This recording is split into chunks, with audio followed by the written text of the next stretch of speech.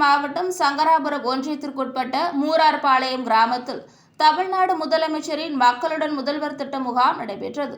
இந்த முகாமில் மூரார்பாளையம், கீழப்பட்டு, மேலப்பட்டு, மஞ்சப்பத்தூர், வடசேட்டியந்தல் உள்ளிட்ட 10க்கும் மேற்பட்ட கிராமங்களைச் சேர்ந்த 500க்கும் மேற்பட்ட பொதுமக்கள் கலந்து கொண்டு தமிழக அரசிடம் தங்களுக்கு தேவையான குறைகளை மனுக்களாக கொடுத்தனர்.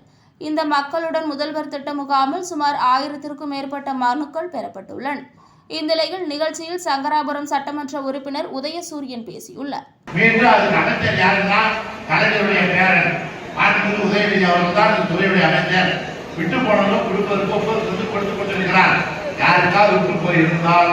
அவங்க மனு கொடுத்தா அவங்க பட்டா மாறி போச்சு, பத்தம் இருந்தது.